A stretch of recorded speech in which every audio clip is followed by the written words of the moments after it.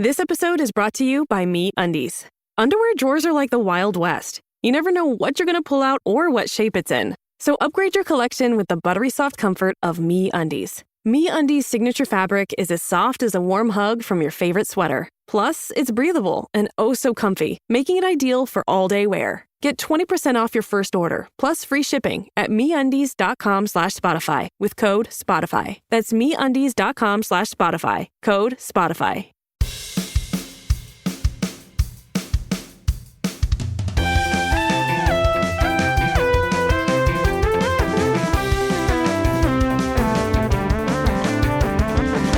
Hey everyone, it's Matt. And this is Lucas. And this is Thanks for Playing, the podcast where we break down the most iconic video games the world has to offer. Oh! Woo! Ugh. Got a little bug in my throat there. Bro, Me too. how about that Super Bowl, huh? It was great. That was fun. It was entertaining. I just had a great weekend in general, you know, for those of you that don't know. You know, Matt, we didn't do a whole Discord shout-out thing for my birthday, did we? Or unless I didn't see it. Shit, you know what? Honestly, I'm kind of like confused on when your birthday is at this point, because like we're celebrating on like 5 different days. Yeah, well, February 8th is my birthday. Yeah. My birthday was last Saturday, so just a few days ago, and we went out, had a great time on Friday, woke up super hungover on Saturday, had the whole day to recover, and then watched the Super Bowl on Sunday. And it's funny because it was actually a really boring Super Bowl, but I think everybody was just excited to see the Chiefs lose in the way that they lost. I don't know if you felt the same way, Matthew. I mean, yeah, everyone was just like, everyone I talked to on Sunday was like, yeah, I just don't want to see them win. It wasn't even that they like the Eagles. They just don't want the Chiefs to win. It's a very specific feeling. Yeah. So I think everybody was just excited to see the Chiefs lose. And it wasn't a close game. It was just a total blowout. It was kind of fun to see how dominated Mahomes got. But, you know, loss is a loss, I guess, either way. So as a ball knower. I'm not a ball knower. I never claimed to be a ball knower, but continue. As a ball knower. Okay. Yeah. Do you think the Chiefs just played like their worst game of the season, or did the Eagles have them figured out? So the Chiefs actually were a really bad team that somehow went like 17-2 during the regular season, and I heard a lot of people say they're the worst best team, like they're the worst like good team. You know what I'm trying to say? They're just like not a great team. They just like they won all their games basically by like one play or like one score near the end, and like a lot of their games were like very close. They didn't really like blow anybody out during the regular season. And the Eagles were really, really great. And like I think that they just had like a defensive game plan that really destroyed the Chiefs. The Chiefs O-line like fell apart on like almost every play, and Mahomes didn't got Mahomes sacked get sacked like 3 times in a row? Dude, no, he got sacked like 6 or 7 times. It felt like, and Jesus. then you know, the offense just did their thing. And there's a couple of like there's that interception, there's that pick six, the interception that led to a touchdown from the Eagles, and that was it. It was kind of felt like it was a wrap from there. Yeah. But yeah, anyway, I'm not a ball knower. I just like watched the whole game, and I paid attention through the whole season most Sundays. And yeah, the Chiefs got cooked, bro. It was crazy. Chiefs got cooked. It's crazy. Happy about it. My favorite part of that is apparently at one point on like the Megatrons there, they showed Taylor Swift, and everyone just started booing her. Yeah, that's pretty funny. Yeah. Wait, did you say Megatron? You mean Jumbotron? Damn, I knew I had it wrong. Dude, the Megatrons? Because I was there? talking to Alex the other day, and I was like, oh yeah, because I was telling her about like how it's Circa. There's like the Jumbotrons everywhere. Right. At the hotel in the Vegas. sports books Megatrons. Yeah. And I kept calling them Megatrons. And I even told her, I'm like, nah, that's the Transformer, but I don't know what else it is. And Alex was just like, She's okay, like, I don't know. She Yeah, knew you're what I right. was trying to say. That sounds so much like her. Just like, okay, yeah, I'll go along with that. I don't know what they're called. Yeah. Damn, Jumbotrons. You are correct. So that all adds up. That was fun. And then we have Vegas this next weekend for my birthday part 2. Where you and I are going to defeat the evil blackjack dealer. We have to fight him. No. It's going to be a revenge story on the blackjack dealers from last year. Yeah, they killed us last year, bro. I don't know why calling it's gonna someone be like Last of Us Part 2. I don't know why saying the evil blackjack dealer just kills me, but that's what I'm going to start calling them. Just like, man, I got to beat this guy. The evil guy. Or the girl. Or the girl. But most importantly, we got to defeat the Overlord slot machines. Yeah, yeah, the slot machine Megatrons. Yeah. We have to defeat them. God. Yeah, it'll be fun. We haven't. We do a yearly Vegas trip for those of you Yeah. that are new to the podcast, and it's usually late February every year. This year it coincides with my birthday. It's a big birthday this year for me. So yeah, I mean, I'm ready to go, man. I'm fully recovered from last Friday. I'm no longer hungover. It's been 3 days, which is great. Hell yeah. That wasn't even close to one of the worst hangovers, but it wasn't great. Yeah, that was my first hangover in a minute, and like I kind of forgot because when you first like wake up in the morning, like you don't really not that I like blacked out, but just in general, like you don't really, you're all groggy or whatever. Yeah. And I woke up, I was like, what? Why do what's wrong with me? Why do I feel? Yeah. Oh, Yeah. oh, Yeah. yeah. But God, yeah, I'm really excited for Vegas. One of the most, I only buy a vape one time a year, and I only use it for a period of 2 to 3 days, and that is in Vegas. Wow. That is in Vegas. That is like my treat, my Nice. treat to myself. So I'm looking forward to Nice. that. There's no, but one of the best feelings in Vegas, I'll tell you folks, is when you're just in the zone, you got your favorite slot machine going, you hit your 6th jackpot, you got a whiskey sour in one hand, You got your girl Vape. in another hand, vape in the other hand, and girls on my, girls on your lap. on my lap. Yeah. I got my chain, my grill on. I'm just basking, baby. Hey, you got sunglasses on and a bucket hat. Pure syrup. I am going to bring I need to find those sunglasses in my bucket hat. I expect a wanna- really great Vegas outfit from you this year because you had some good Vegas fits the last time. I You actually did, I had went. fun. I remember you actually went upstairs after dinner to change into a gambling outfit, and you came back down to the casino. And I was like, Matt, did you just change? And you were like, Yeah, this is my Vegas fit now. Yeah. I'm like, damn, Vegas Matt. It, He's back. Fuck yeah. It'll be fun. It'll be fun. But before that, Lucas, baby, we got to talk about the number 1 space cargo simulator, Mouthwashing. That is right. The 9 out of 10 from IGN, 4 out of 5 from Eurogamer, and 87 out of 100 on Metacritic. The awesome psychological horror game from developer Wrong Organ, released in 2024. Mouthwashing. Man, Matt, this was actually a very nice palate cleanser after The Last of Us Part 2. I don't know if you feel that for way. sure, yeah. But this is a shorter game by a lot. It's like a 2.5 hour, maybe 3 hour experience for most people. Basically the complete opposite of The Last of Us in terms of like what you're doing, how the game looks, like maybe not from a thematic standpoint. It's actually kind of similar, which we can get into. But I was just like super excited to play this game from the beginning. Was it you or me that like sent this trailer to the other person? I think I did because I remember I sent like 2 over to you. I was like, bro, we just got to play like more indie games.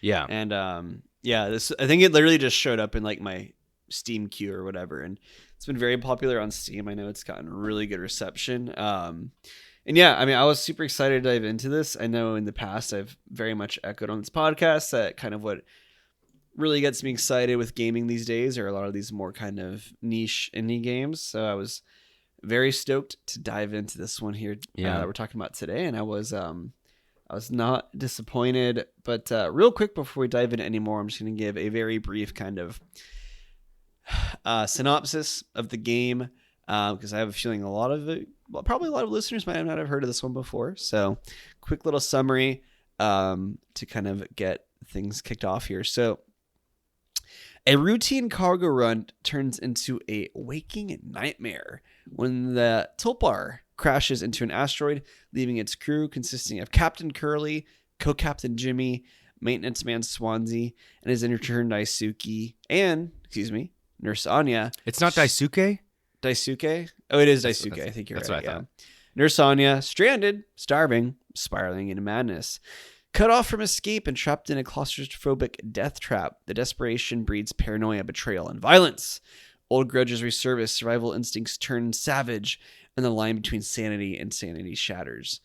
As the clock ticks down, the crew is forced to confront the darkest corners of their own humanity, because out here, the real horror isn't the crash, Lucas. It's each other. Love it. Yeah, this game was pretty sick.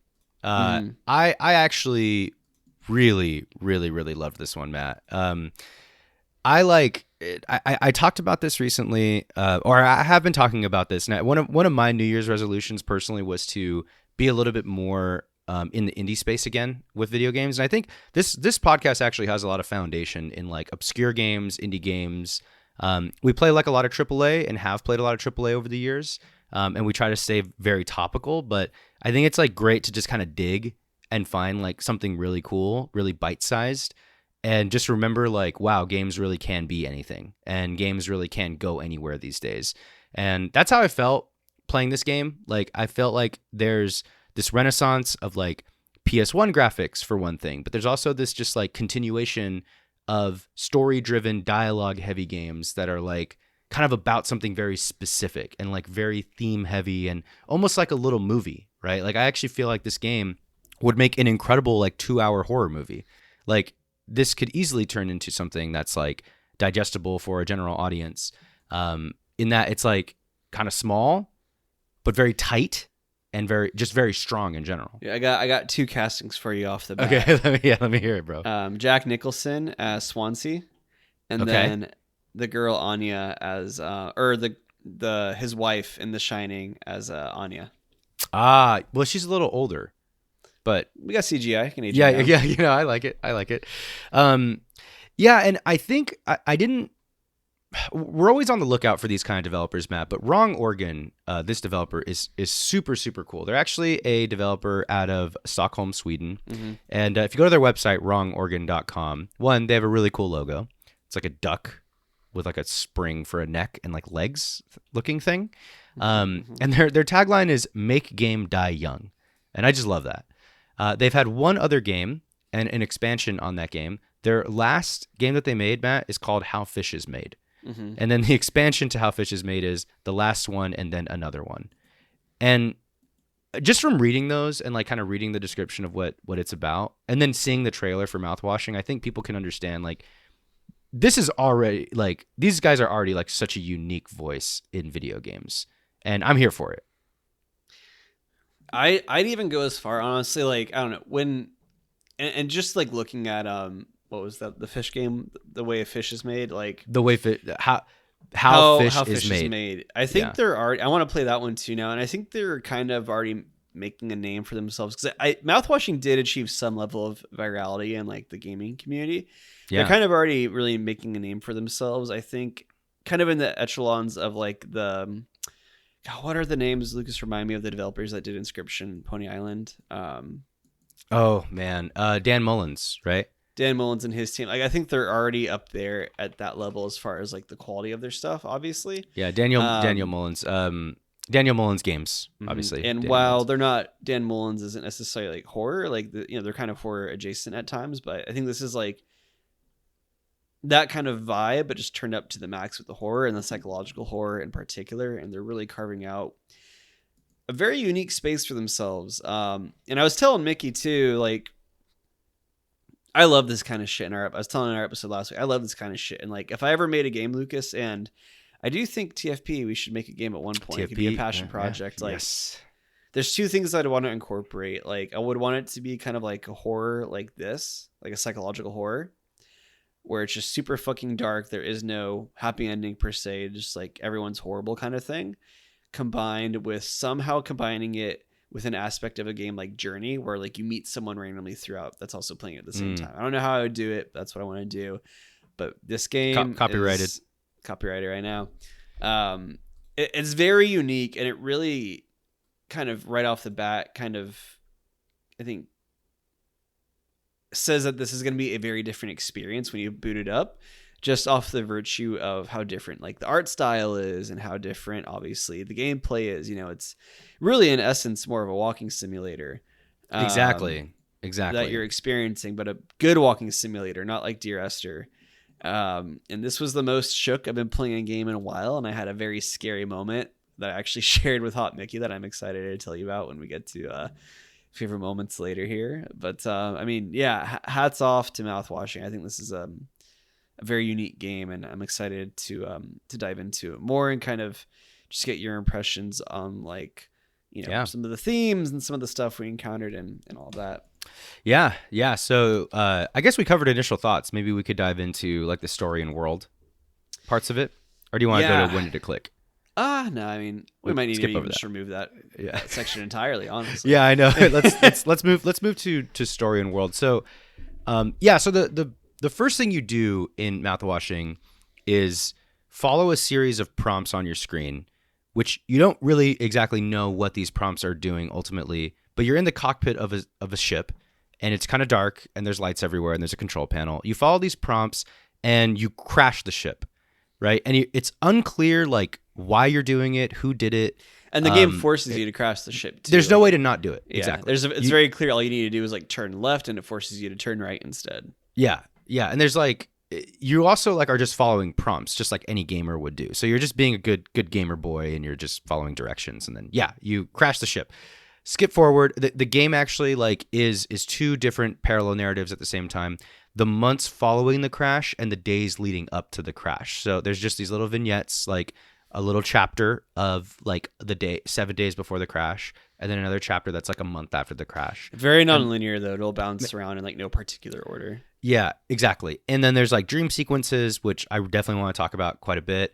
And as you're playing this game, certain themes start to emerge, and like some stuff that's like just very on the nose. The phrase "take responsibility" is probably one of my favorite new phrases. I've been saying that a lot to myself lately to I can't wait kinda to tell a blackjack dealer that.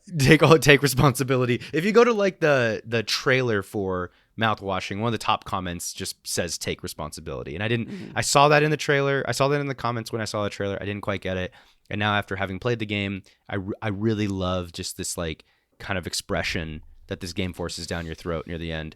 And yeah, basically the premise of the game is you're going back and forth between these two chapters, and Curly, who is the captain of the ship, is just a mangled slab of flesh, and he's just like laying on a hospital bed table, like completely destroyed, like de-skinned. He has like no limbs. He has no lips. No mouth, lips. Yeah. He has no eyelids. His eye is just wide open looking at you. And he's sort of the mascot of the game. If you like look anything up about mouthwashing, you'll see Curly.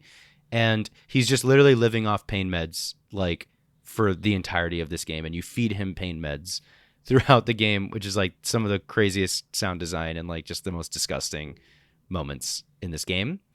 But trigger warning, there are like a lot of really heavy fucked up things that are implied in this story leading up to the crash. Did I miss anything, Matt? Or No, I mean, I think that kind of sums it up. And I think what the game does really well in the beginning too is I think it's very fair, and especially with the way the game opens after the initial sequence, it's very fair to kind of assume that the person that crashed the ship is Curly, but it actually leaves it pretty ambiguous, and it's obviously done very intentionally. I kind of want to talk about like the overall genre though, really quickly, of like horror. Like, how scared were you playing this game, Lucas? Yeah. Were you ever any like it doesn't do any cheap shots for the most part. I think the beginning and the end are the scariest points in the game, actually. Like the beginning sequence, like the first like 10 minutes have that scary like walk through the corridors, and like there's like a couple of jump scares throughout that. And the game is kind of introducing you to like the world a little bit. The pony mascot is all over the place because the crew works for a company called the Pony Express, and there's just like this kind of ironic cartoonish pony mascot that ends up being like a big force of terror for you. Surprise, surprise. And then there's a lot of dream sequences near the end where this pony is like also chasing you and like trying to kill you, and all this crazy stuff. So those are the scariest parts of the game. But most of the game is kind of just like walking and talking. Most of the game is kind of just like interesting conversations, maybe a non sequitur or two, and then Curly just getting force-fed pain meds, which is just insane.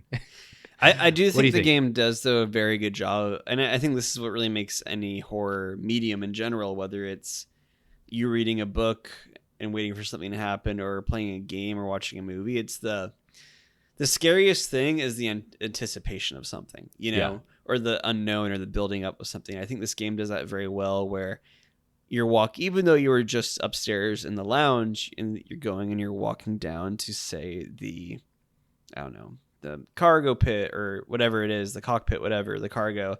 And even just those journeys, it's like, oh, something about to happen, or is this going to get freaky? Or I want to talk about kind of just the Pony Express company a little bit and how that kind of plays into the story. It's almost Outer Worlds like the company when you think about it. I actually have a working theory that this takes place in the Outer Worlds universe.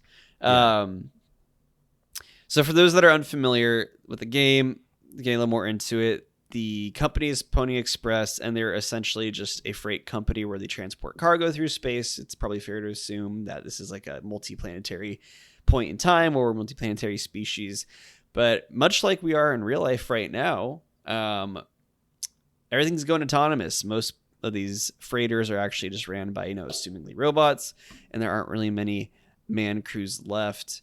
And kind of an overarching theme in the game is just how much sort of the pony's always watching, and you're always kind of fed, especially in the beginning sequence when the crash is happening. You're really fed so many just posters of like, like do this, only get 5 hours of sleep, like make sure you work hard, like or you'll get fined or whatever. And even when the crash happens, they're like, oh, by the way, you're getting fined 4,000 for being a shitty like pilot or whatever. So there's some really major themes of kind of, I think, just corporate greed, and then they get fired. They get laid off, and then they get fired, and they get laid off because they're not profitable. How do you think that really ties in to sort of not just like the decisions our characters make, but also just sort of who they are as people and the shitty people that they kind of are, or at least that Jimmy is? Yeah. I mean, I think that the game's just like a nihilistic, nothing matters, who cares? Like, I think like the perspective of Mouthwashing is just that like it's all dark and messed up, and like there's not really a whole lot of redemption in this story. And I think like the corporate overlord approach, I think is just like this timeless approach to show like how useless what we do sometimes is. And I think like the helplessness that Curly is experiencing basically through the majority of the story, and then just like the lack of responsibility that Jimmy has for his own actions are just all like part of this theme of like, and in the end too, which I want to talk about, Jimmy doesn't even really take responsibility for the mistakes that he's made because he gets off easy by shooting himself. Mm-hmm. And then there's just like, I don't know. I think that the pony, like the idea of Pony Express and like I think it's like a really good vehicle for all these themes. I don't know if it's like the driving force behind everything. I don't know if like your perspective is that the Pony Express in a sense causes all of this stuff. I think that's part of it, but I also think that like we cause this to ourselves is like one of the main themes of this game. Mm-hmm. Mm-hmm. What's your idea here? What are you getting at, Matthew? Well, I'm not necessarily looking at it that how,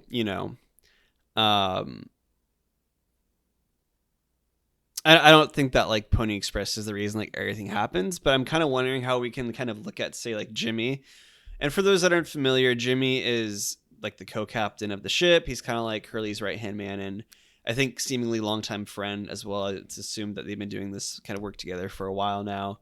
But he's also very clearly very jealous of Curly, wants his job, is jealous of his status. Whereas Curly is like, yeah, I made it. I'm the captain of a ship. That's really cool. But like, what am I even doing here? What's the point of all this? Do I even like this that much? And I think I'm trying to kind of think, okay, like how does that relate to like corporate America? Like those two unique personalities and what their ultimate kind of where the end in the game, what their what happens to them, what their fates are, right? Like for example, Curly is in some ways is kind of like the middle management, right? He's kind of like the overlord that is sort of like, oh guys, I'm your friend, like I'm trying to let you off easy, I'm going to tell you that you're all about to get laid off, I'm going to try and do the right thing. And ultimately he's the one that kind of does not get off easy, but he might even survive this because he goes into a cryo freeze at the end, right? Right. And there's a very possible chance that the ship does eventually get found. I mean, I'm sure the company wants their mouthwash. Whereas Jimmy, who is sort of like, the kind of like upset employee, is ultimately the one that, you can argue gets off. You can argue he gets off easy in a sense, but he's also the one of the final ones to die too. Mm-hmm. And I'm just wondering, like, what kind of parallels can be drawn? Is it like, are they trying to say like, oh, like if you're loyal to the company, like that's good or bad, or if you're not loyal, that's good or bad? And that's kind of what I'm trying to look at. I think it's like overall, my take, it just goes back to like the responsibility thing, because like there is this like really big emphasis on being the captain of this ship, and they say it like multiple times throughout the dialogue, which is like Curly's the captain of the ship. You can't Jimmy's even bake a cake without being the captain of the ship. Yeah, exactly. You actually can't. You have special privileges as the captain of the ship. You actually get like special tools on the ship. Like mechanically speaking, like in the game, you actually have different stuff when you're like quote unquote the captain. But I think there's this idea that like, because Curly's saying to Jimmy throughout the game, like being captain is kind of not all that you think it is. Like being captain doesn't mean shit, really. Like he basically says, like, I think there's like a quote where he even says like, I'm responsible for you guys. Like I'm responsible for this crew. And that's like not something that's like, you shouldn't like worship that kind of thing. Like responsibility is not necessarily something that you want to have, is like what Curly is kind of saying to Jimmy. Mm-hmm. And then Jimmy, like when he becomes captain after Curly is incapacitated, like a lot of this game is coming from Jimmy's perspective too, as the interim captain, because Curly's like basically dying, and Jimmy is like not a great captain either. Like, but just having responsibility is just like something that people are in this game to avoid, it seems. And then like in the end, Jimmy, by killing himself after he basically puts everything to shit, is like avoiding, that's his like ultimate avoidance of responsibility, is like my take. We're like, I feel like we're jumping around in story wise. Maybe we should like fill in the gaps for people that have no idea what happened in the game. What do you think? Yeah. So to kind of, and it does jump around a lot, the game itself too. So, the game opens with, like I said, you're in the cockpit and all of a sudden you get these flashing lights, and next thing you know is the cockpit's about to crash, or the ship's about to crash. You leave the cockpit and you enter this kind of very surreal, like never-ending hallway where things start to get very weird very quick, where you start to see essentially hallucinations of the pony. You start to see a bunch of corporate posters along the walls and everything. And eventually you get a jump scare, and then you flash forward, I think, several months into the future at this point, or is it like a couple weeks or I think like a month or two, maybe. Where the ship is very clearly in dire shape. There's foam everywhere from just what has happened from, trying to limit the damage, and everyone's in pretty poor spirits, but Swansea notably still thinks it can deliver their shit and get paid. Go Swansea. And you learn that now the former Captain Curly has been incapacitated by the crash, whereas Lucas had mentioned previously, he is totally just destroyed and fucked up now. Yeah. And then Jimmy, the co-captain, is he officially the co-captain? Was that his official role? No, he was. Yeah, he is like second in command. I forget what like his title was, but he is second in command on the ship. So he is left to sort of, he is left as the captain to take responsibility along with Swansea, who's like the maintenance man of the ship, kind of. Daisuke, right? Daisuke. He's the intern. Who's the intern, the very kind of happy-go-lucky intern. Swansea's like literally the recovering alcoholic. And then Anya, who is the ship's nurse, who is very kind of clearly a very gentle soul. And kind of wants to do what's good for everyone, but has also very clearly been hurt. And as we'll learn, assaulted by Jimmy. Yeah. And the game has a very nonlinear thing where you're going back and forth, where you're learning more about Curly. And primarily when you go in the past, I think every time you're at any point playing pre-crash, you're playing as Curly, where you're in his saga. You're essentially learning about kind of his and Jimmy's relationship, how he feels about the responsibility, how he thinks kind of what Jimmy feels is crazy about how he should, shouldn't really want this responsibility, shouldn't really want the role of captain. And notably how Curly, I think very interestingly, feels like, and in some ways, we don't know these characters' age, but I think we can assume they're probably in their anywhere from early to mid 30s, I would guess, where he is the captain of the ship. And he's like, man, having a very, I think, real experience that in one shape, way or another, many of us have already experienced in our lives, where he's like, is this what I'm meant to do? Kind of like, I know I'm the best at this, but does that mean I should stay and keep doing this? Just because I made it to the top of the ladder, should I stay at the top?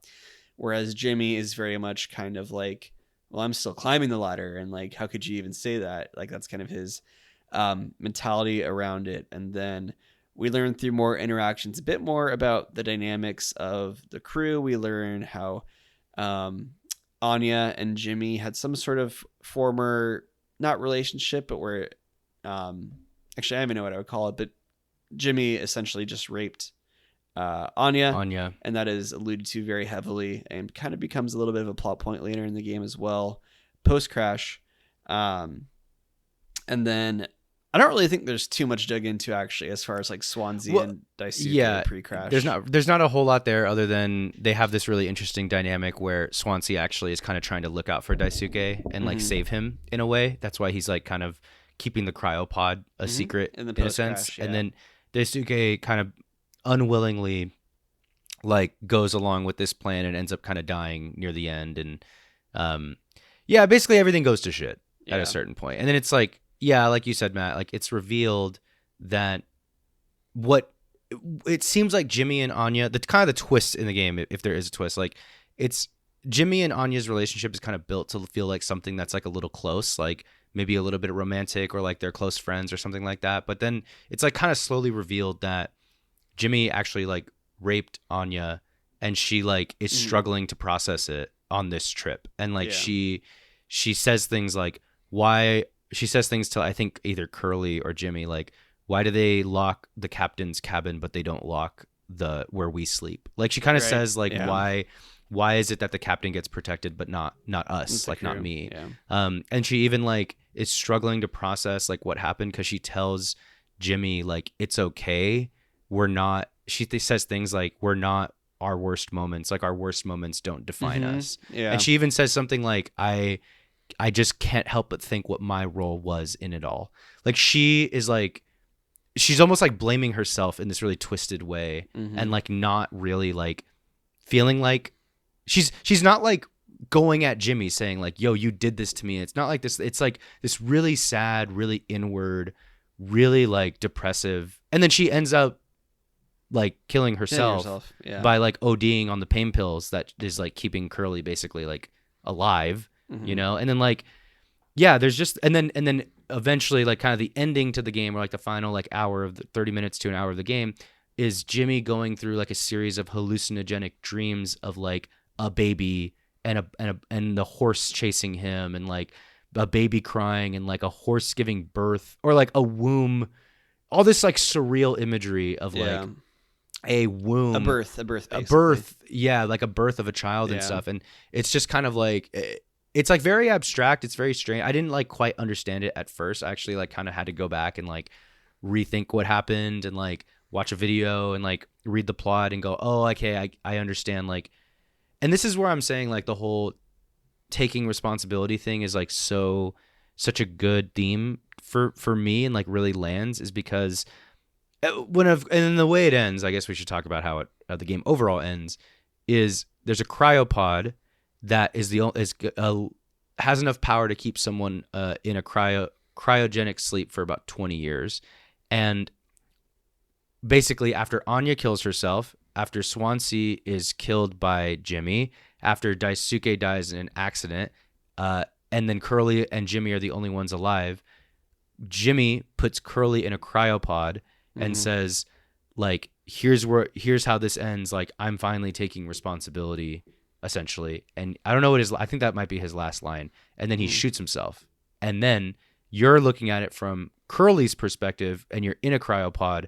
The cryopod activates as the credits roll. and like and you freeze over, and like the fate is like completely uncertain unknown. of what's gonna happen. Fucking incredible ending. Yeah. Really, really ballsy, really cool. But essentially, Jimmy, who rapes effectively worker, and like she has no concept of like blaming him because she's like can't process it because of the trauma. She's like in denial, and she's like blaming herself for it and like not allowing Jimmy to take responsibility. He like essentially goes on this journey of trying to claim responsibility for his actions and what he did to her and his guilt, and like in doing so ironically gets off easy because he just kills himself and like doesn't have to live with it. Essentially, that's like my take on the overall story. And like what do you think, Matt? Do you think that's like what the game is trying to say? I'm not even gonna lie. Like I watched videos on this game. I think there's so much going on. I think there's obviously a lot with like what you're saying with Jimmy personally. I still think I tie it, and maybe it's just because my work's been fucking crazy lately. I keep tying it to, like, to the corporate America. world. Like, I think obviously like it's very poignant with like Jimmy and everyone, but like Pony Express isn't going to take responsibility for any of this, right? Like, right. Well, they're actively disengaging from their responsibility because they're like laying these employees off. Exactly. Yeah. So I think there's a lot of that, and I think your read is probably what they're going for the most, but I think there's a lot that can be taken from it, whether it's from that angle or from like more specifically the corporate angle. I think I'm going for like the hybrid where like Swansea, excuse me. Curly and Jimmy are like two sides of like the same coin. Like one's middle management and one's like the sales force. And they're like, take responsibility for this. But, I mean, I think, and the core theme of the game, right, is how we handle responsibility and like what that even means to have responsibility. And in many ways, it's the ultimate Spider-Man story. Yes. This is actually all about Spider-Man. And I think it's kind of interesting to your point how I didn't necessarily I almost view it, and maybe this is just me, the ending with Curly getting into the cryopod and Swansea killing himself, I almost view that as atonement. Okay. And I think it can go both ways depending on just how you view his actions. And I don't remember the exact final exchanges, the final dialogue, but to me, I think because I think Jimmy could have very easily gotten away with, obviously Curly was he is on his deathbed, right? Basically, he's just waiting to die. He could have very easily killed him, and the others are already dead at this point. And it is very easy for them to for him to get Curly killed and then jump into that cryopod, and no one's going to investigate it that thoroughly. It'd be clearly blown off as an accident, and he'd be the sole survivor if he got found later. When he says he's taking responsibility, to me, that's kind of him acknowledging, like, I'm a fucking horrible person. I don't deserve to live. I'm going to at least give you a chance, and then you can tell people what happened here. Yeah. This is sick, because I think we had two different versions of, like, that action. Yeah, because, like, and which is cool, because it just means that, like, they did a good job writing this story, because it is one way or the other. Because I see your point. Yeah, and the whole thing leading up to the end where he does ultimately, kill himself and put Curly in the cryo chamber is the big dream and hallucination sequence where you're seeing what is going to be assumed to be your unborn child, where you're seeing all this horrible, like, hallucinations, whatever. And to me, like, that's it. Like, that's like his guilt coming, right? And that's like him, like, realizing what his actions are. And I'm not trying to like glorify him. I don't think he's like particularly brave, but I think in his mind and for his character, I think this is him trying to reach atonement then versus him trying to take the easy way out. Mm-hmm. There's another argument what his character truly thinks they're doing that I'm not totally sure. I do genuinely believe his character thinks they're doing the hard thing. And it kind of just depends on what your read is and how you choose to view everything up to that point. Yeah, I think Jimmy thinks he's doing the hard thing and atoning, but the irony is that in the grand scheme of things, he's actually getting off easy. Yeah. Like that's like my overall take. I know what you're saying though. I want to ask you though, how do you feel about the where the game gets its title from? The idea that, like, this is a multi-year long interstellar intergalactic journey that this freight company is taking, and they learn the confidential cargo that they've been transporting is just mouthwash. It's like nothing more. It's beautiful. I think I love it too. I love it. I think it just kind of ties back into the whole like ridiculousness of like what corporations are. Like they would send their they would send employees on this risky. And granted, they want the job, they need the money. That's made very clear. Anya states that she has no savings. They're terrified when they're getting laid off. But it's very just like poignant, like how ridiculous the fact that they're going on this dangerous mission to transport like cheap fucking mouthwash, basically. Yeah. For nothing, essentially. I love it. Go ahead. You're really heavy on the corporate aspect of it. I viewed it kind of as like a metaphor for like cleansing. Like I think it's like, oh, like trying to cleanse your mouth of guilt or trying to like cleanse yourself of like germs and stuff via mouthwashing. But I think like mouthwashing is a really perfect thing because it's like so benign and it's like so it's like in a sense it's like useless. There's like and I hate this word, Matt, but I'm going to use the word Lynchian. I'm actually one thing that got me really excited about this game is, you know, our boy David Lynch passed away, and I think we talked about this a couple weeks ago or a few weeks ago on a few episodes ago. And I feel like this was one of the most perfect games for me to play shortly after his passing to like remember the influence that he's had, whether you realize it or not, on like a lot of art out there. And I think like, I don't know if you've ever seen Eraserhead, Matthew. Have you seen that one yet? No, I need to. It's on my list. So just a real quick, just non-spoilery way to say this, but like there's just a scene in Eraserhead where there's just this really complex thing that happens, this really crazy dreamlike sequence. And at the end of the day, like someone gets turned into an eraser. That's like literally. Yeah. And like, it's, who knows what it's really meant to say from like, who knows what David Lynch like means by that, but like kind of the point being, at least like the way me and like a lot of people have taken it over the years is like, okay, so nothing. So ultimately it's just like this weird kind of result. Ultimately, like there's just an object here that kind of means nothing. And like all of this hoopla and all of this craziness just for like mouthwash, all this craziness just for like an eraser. And like, I love that like idea when stories do that, or movies or video games or whatever do that, where like there's just this giant crazy thing and like it turns out it's for fucking mouthwash. And like I think like the crew like mimics that, where like Swansea's like, for real? Like they had us transporting mouthwash? And then mechanically speaking, it's cool like in the world, because like now Swansea, who's like a recovering alcoholic, it's like the only thing he could drink. So he like breaks his sobriety by drinking alcoholic mouthwash, and it's like the grossest thing that you could be drinking if you're breaking your sobriety. So there's just this sadness to it. And then by the end of the journey, when like people are dead and half the crew's gone, like you see empty bottles of mouthwash all over the ship, and it's just like an indication of just this like sad, messed up, useless like life that we had to live. You know, I love it. I love it. I think it's just the fact that it is mouthwash too adds just so much color to the world, like the universe that they exist in. Yeah. Which I think is really cool as well. Yeah, you know, and just the game, I mean, I guess we can kind of move on to gameplay a bit, but I think the sequences of the game are so well done.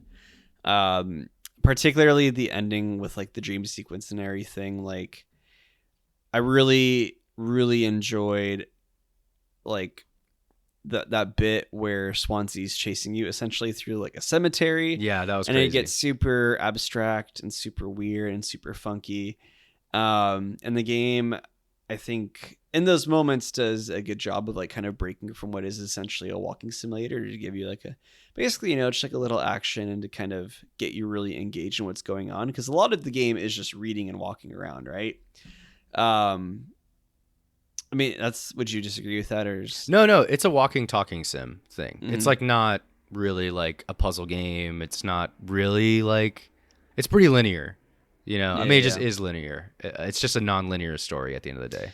And something the game uses as a part of like I mean, I guess this isn't story design, but like as a part of the game design to help tell the story, is they do this really kind of jarring and unique kind of transition where the game like kind of freezes, right? Yeah, I liked that. And I don't even know, I have to think more about it to really put into words like what I like about it, but it's just such a, to your point earlier about how like benign the fact that they're just transporting fucking mouthwash is. It's like, it's a nice juxtaposition about like what, and it's a nice juxtaposition into that world like where the situation they're in is so fucking stupid. And then there's also this really jarring kind of transition from point A to point B, from back and forth, from past to present, and so on and so forth, where I don't know, I think it adds a very nice like flow to the game as well. Yeah, that's kind of my general thoughts on game design. Yeah. I think the game design is like pretty straightforward and simple. It's like there's really nothing going on here. I mean, you're clicking on objects here and there. I don't think game design is like what this game's not trying to have some crazy. No, it's game not design, about game design. So I'm not. I don't have really that much to say here. I think it's like what it's doing really well, which is just kind of put you in a world and letting you walk around and talk to people and have dialogue and stuff like that. I just love it. It does give you a good opportunity to do like a little bit of exploring as well, which I think is good. A little bit, even though the ship is very small, so there's not a ton. But art style, Matt, this art style, tell me. It's lo-fi horror. Is it? Yeah, it's lo-fi. It's video games version of like lo-fi horror. But is this us being nostalgic for like the early 3D era, or do kids these days actually think this stuff looks cool? That's like I'm not sure where I land here. Yeah, I love it. We need to find a zoomie. Yeah, we need to find a kid. Yeah, exactly. I think we love it. I think we'd be silly to deny the nostalgia piece of this. But I also think, like, particularly with the way the game does transitions and the way it has a lot of like the flashing, very quick cuts to like, take responsibility or whatever words are popping up on the screen. I think the art style is important because I think it helps create like a sense of also discomfort, where I think if we were experiencing this in Unreal Engine 5, it just wouldn't fucking work. Yeah. Whereas I agree. Experiencing it or Source, yeah. Yeah. We're experiencing it in this kind of janky fucking lo-fi art style, like this PlayStation art style. It creates a certain like almost not uncanny valley, that's not the right word, but it's just the right vibe. It's like just the right vibe. The right vibe, yeah. And like I think that like I know it's like it's lo-fi in a sense, but like I just think it's so cool that video games can just be anything now. It could just look like anything now. And like we've had pixel art. We've had like a pixel art revolution for like a decade, more than a decade now, where like people decide that pixel art still looks cool and like 2D 2D HD is like a thing that Square Enix has been doing already for like 8-9 years. And like now we're getting these like really interesting games that are like not leaning on that PS1 era in the same way that like pixel art games kind of lean on retro games. It's like here we have a game that's actually able to kind of stand on its own 2 feet. It just happens to be using an art style that's older. And I think that that's really cool. Like it'd be like if you like watched if a movie came out today and it was just black and white, you're not going to, and it just is a good movie.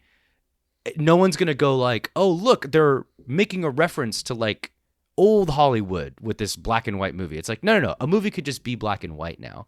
And I think we're hitting that point in video games where it's not like a statement anymore to like say, hey, this game looks like an early 3D game. This game looks like an old RPG that you used to play on like Super Nintendo or PS1. It's just a choice now. Yeah. And you can do whatever you want with that choice. I love that. I love that we're hitting this point now with games. Yeah, I really like what you're saying too about how it's a choice. It's not like something that we're being forced to one way or the other from like technology. Like it was a very clear artistic choice, right? And I think a good way for the people that are like, oh, I need fucking high fidelity, upscale, AI enhanced like 4K ray tracing. Like I think a good way to view games like this that maybe you're not used to is it's just a different way of presenting art. Yeah. You could be painting with, oil painting, crayon, like whatever, right? There's so many different ways to create like paintings. This is just another way to like display a video game. And I think when you view it in that lens, it becomes much more easy on the palate for someone that isn't as used to this kind of, aesthetic. So yeah. Yeah. I love on the art style and the art choices. I love the idea of perpetual sunset in the main room. I don't know if you were a big fan of that, but I love that. There's in the main room after the ship crashes and they're just kind of drifting in space. There's just like a screen that's just has a sunset on it, and like it's just permanently there. I did watch a bit of one of the videos, and they were talking about how that sunset is just like to them just represents how like the sun's just slowly setting on their life. Yeah, so sick. And just like kind of their impending doom, and kind of like really just the purgatory they're kind of stuck in as well when you think about it. Because, yeah. I mean, but on the surface level, it's very beautiful, but it's actually very yeah. sad. Yeah, yeah, it's horrific. After the the second month in a row of it. I know exactly. Yeah. I was just a big fan of the art style. I love like the transitions between the scenes, like you're saying, where it's like kind of that glitch effect. I love the use of like just really, it's just everything, man. I don't know. Whoever like Wrong Organ is so in tune with like making of really hitting that vibe, and like I feel like with these kinds of games, the vibe is like the most important thing. Mm-hmm. I know it's like the story and the themes and stuff like that, but this game is like bringing you into its world, and it's just using everything that it possibly can. Yeah. And I love it. Speaking of everything it possibly can, sound design. So fucking good. I was so listening sick. to This music is so good. I was listening to it earlier today while I was working a bit. The main theme of this, I actually sent it to producer Sam, and I was just like, another like super hot video game track you gotta listen to. And like it's just so good. Yeah. The music's great, and then just like something you mentioned earlier too, like the fucking sound design when you're feeding Curly is so fucking good, where it's just like so rough. I'm not even gonna mimic it, but yeah, just like the perfect, like you can tell it's like choking. Someone just like put their microphone in their mouth for like hours until they got just the right sound, and that's what it was. Yeah. And I think sound is, we've talked about this, like sound is one of the most important pieces of a game, and like mediums in general that are visual, because it has to have like visual isn't enough. It has to have that other like sensory piece. And yeah, Mouthwashing absolutely crushes it. I was thinking about, would I have preferred this game if there were voice actors? And I think the choice to not have voice actors is definitely the correct choice. Yeah, no, for sure. This game would not work with voice actors, I don't think. Yeah. But so shout out to Martin Halden, who is the composer for this. Did a really, really incredible job. And yeah, I mean, everything serves the vibe, everything serves the story, just pretty much that's happening in this game. So yeah, sound design's just good stuff. Definitely be listening to this soundtrack for a while. The music, the video game music from this is going into my video game music YouTube playlist. That's how good it is. Oh yeah. Okay, Matt, NPC award. Daisuke. Yeah, me too. Yeah, just poor guy. Poor guy. And I really enjoyed his dynamic with Swansea, how Swansea was kind of trying to look out for him. And yeah, I was very touched by the moment where, obviously we kind of alluded to it, but Daisuke basically gets like manipulated into like going on a really dangerous mission into a ventilation shaft, and I'm very curious what happened in there, but ultimately gets extremely injured.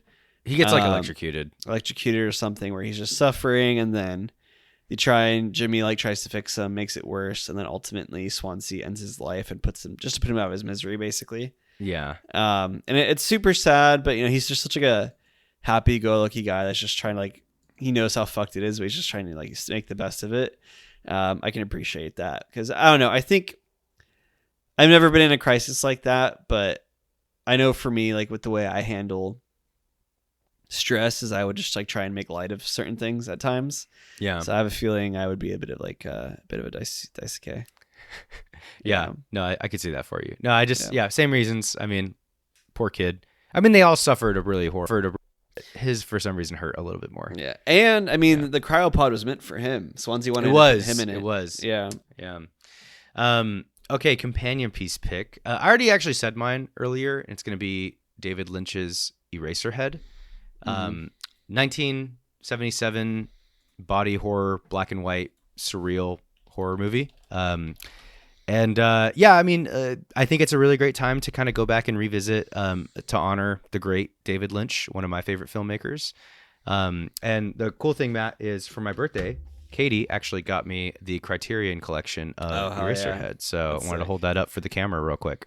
That's beautiful. Really sick. This is like just like a screen shot from the movie, just like to give you a preview. That's like kind of in like on the cover right here, and then So this sick. this actually kind of reminds me of Mouthwashing, which is like a planet like sequence in the movie. So Matt, you should definitely watch it very soon. It's not too long, and really I think anyone that's interested in like David Lynch or horror movies in general or surrealism, you would definitely love this movie. Is that your favorite Lynch movie? It is not. I think my favorite Lynch movie is Mulholland Drive.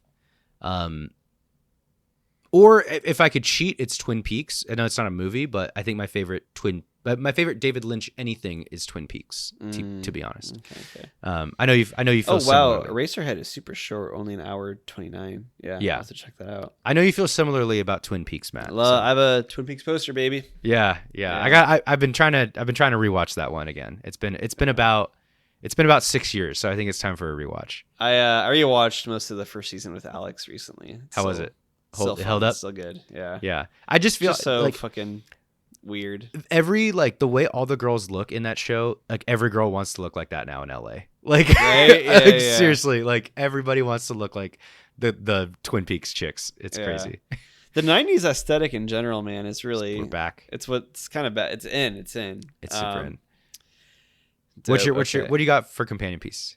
Oh, thank you. I almost moved on. I got two actually. First, I got Kane Pixel's Backrooms. Oh Have you seen those? no. It's Yes, the you YouTube probably series. have. Yeah, for sure. It's very much like a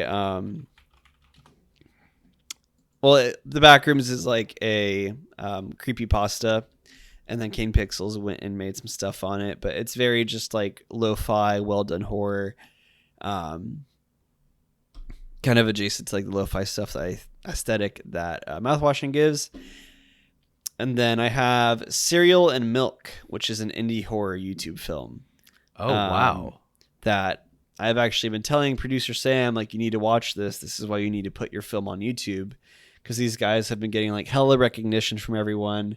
They're just like a comedy duo I found out about on Instagram. They're like really funny, and then they decided to make like a indie short horror film, or not even really a short. It's like an hour long, I think. And you know, I watched it through. It's not like fucking groundbreaking by any means, but I think like given what they have available to them and like the resources, it's really fucking good. And worth a watch if you have an hour to kill, like on a plane or something. Milk and cereal, or Milk and cereal. cereal spelled SERIAL. Oh, okay. It's the YouTube channel name it's on is called That's a Bad Idea. Okay. I can send you the link, but I highly recommend checking it found out. It's actually surprisingly well acted. And yeah, worth anyone's time, I think. And yeah, I just love like the small budget stuff. And producer Sam, please put the self on YouTube. We will try. We're trying. Game Pixels got an A24 deal just from being on YouTube, so you never know. Yep. I know. I'm aware, All Matt. right. Favorite moment, go. Yeah, probably definitely the ending. I love the ending of this game. I love when the music kicks in and the credits roll. I played this on my Steam Deck actually, so as soon as the ending happened, I kind of just sat on my couch with my Steam Deck in my hands for a little while, and just like kind of contemplating, took a couple of deep breaths, and really let it all sink in. So that was great. What was yours?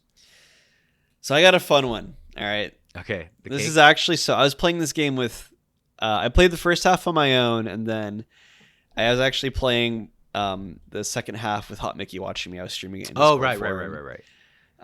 So one, that was fun for me because this is known on the podcast, I scare really easily. So just having someone there was nice for me. But my favorite moment comes the vent sequence, right? So I'm in the vent. It's kind of an intense moment where you find like a womb essentially, and you're scanning the womb, and you're finding like these creepy fucking horses in it that keep moving around. And then finally you find like a baby's face in it. And then, you know, there's like, it's a very tense moment. It's very scary because you're like, oh my God, that's a baby. And like, this is a really very creepy womb thing. And then the screen kind of like focuses in, gets a little bit bigger on the baby's face. And as the face gets bigger, all my power turns off in my apartment. That is the crazy. whole fucking building. The whole building. The whole And building. as like the baby's face encompasses my screen, the whole building's power goes out. And I kid you not, Lucas, because at first I was like, Mickey? Like I was like losing my shit. And Mickey's freaking out because he was scared of the moment too. And he's like, Matt, what happened? But from his perspective, it just froze. Like, from yeah. And I was just so fucking scared in that moment. And like, it was just one of those things that like in my mind, I genuinely was like, did I just enter the back rooms or something? Yeah. Like, because it was so fucking surreal, you know? Yeah. And the timing was just so fucking perfect. I was genuinely like, did I just like enter another reality? And like, am I about to like something can happen? Like for like a good like 30 seconds, I was like, this can't be real, right? Like what the fuck is happening? And thankfully my power went back on within a couple of minutes. But like, it was so fucking like happened at like the worst possible moment. I was fucking terrified. Dude, that's insane. I love that. Yeah. And it was one of the scariest moments I've had playing a horror video game in a very, very long time. I went through Resident Evil 8 and I was never even that scared. But it was that's it great. was like that's such perfect timing. What happened? Insanely good timing. What happened to the building? I mean, did the power come back on after like a minute or like? I don't know what happened, but yeah, it was just like on a few minutes the power went back on. But I was genuinely like in my mind, because you know, like obviously there's games like Doki Doki, or I think like a Metal Gear game where you can like access your save files or you can see like the files. Yeah. You thought the game turned and I was like, power off. I was like, did they find? Is this part? I genuinely was like, is this part of the game? I that was a genuine thought that like for at least a good 10 seconds I was like, how are the? What is going? And then I was like, no, that can't be it. You're literally describing the start of a horror movie. Like, dude, you're describing, yeah. And that's what I moved into the like, am I in the back rooms? Did I transport? Yeah. I was so fucking scared. I cannot emphasize. Did you like call someone? Like, what was your? Well, thankfully Mickey started messaging me, and I was like, oh my god. And I was about to call him, and then because like I opened my door to like, I'm like, okay, the whole power's out in the building, so it's not just me. Yeah. And then Mickey's like, crazy. Matt, are you okay? Like, you're like, I was about to call not. him, but you're the like, power no. went on, thank God. And yeah, it was not okay, but we ended up finishing the game that night. But it was very, very scary in the moment. That's great, dude. Nitpicks. I would honestly none. The only thing I can maybe say is it's short, but there's a lot of value in a really good self-contained experience. Yeah. I agree with that. No nitpicks here. Honestly, Yeah. I think the game is perfect the way it is. And rename this game. Did you have anything? Oh shit, I forgot that piece actually. I'm gonna go with the Pony Song and Dance or the 20-Year Sleep. Pretty bad. I think ones. you could just go with the Pony Express. The Pony Express. That could be fun, but it's not weird enough. I think they like their titles to be very strange. That's true. So, and then our last question that we'd like to ask on this podcast, every video game review, is: Would you play other games from this developer? The answer is like absolutely yes. I actually really want to play. I know you said it at the beginning. How Fish is Made very soon. Mouthwashing just came out like in September, so I don't think they're making another game like immediately, but. Follow them on Instagram, and I'm excited to see anything that they're going to be doing in the future. Wrong Organ they have our attention at this point. Is that fair to say, Matt? Oh yeah, they have our attention. Yes, that's the least we could say. Yeah. So, all right, Matt, shall we give our score? Yes, let's do it. All right. So for those of you that have never listened to us before, we do a aggregated score here and average it out. So Matt, on the count of 3, you will say a score out of 10. I will say a score out of 10. We will add those up, and that will be the final complete score of this video game, completely destroying anything that IGN ever said about this video game or Electronic Gaming Monthly. I don't even know if they reviewed this game. Anybody for that matter. Matt, shall we? Let's do it on the count of 3. Yep.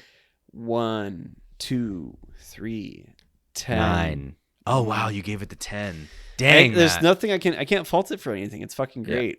Yeah. And I hadn't been that engaged in a game in a while because I was so I thought I was gonna die. Yeah, I agree there. I think I just like didn't feel right giving it like the perfect score out of 10.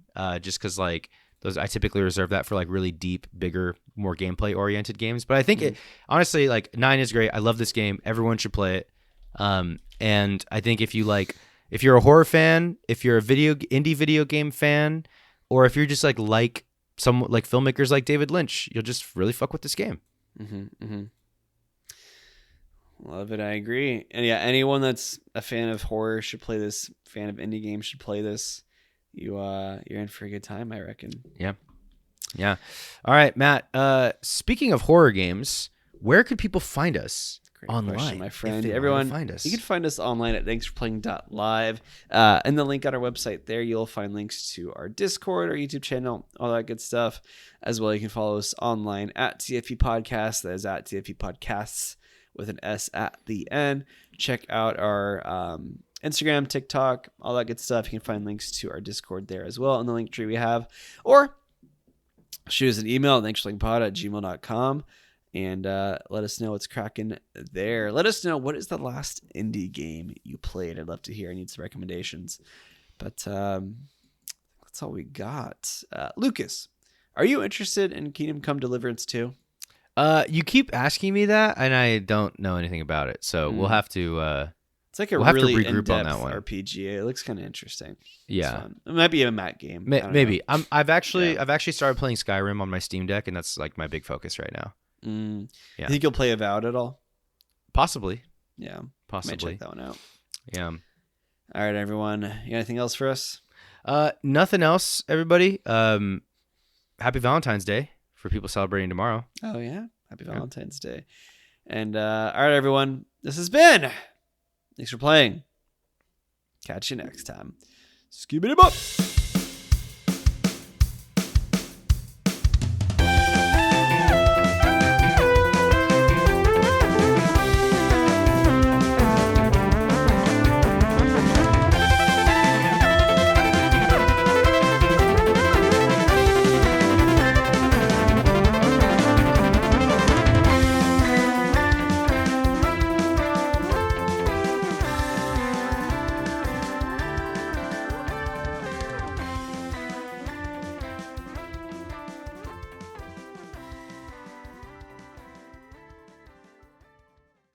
Hey there, I'm Hugh from Podderation. If you liked today's episode, why not check out Tartan Tabletop, a D&D show as Scottish as it sounds. I won't terrify you with my attempt at a Scottish accent, but I can assure you that Tartan Tabletop is some of the funniest tabletop content you will hear all year. Find it wherever you get your podcasts.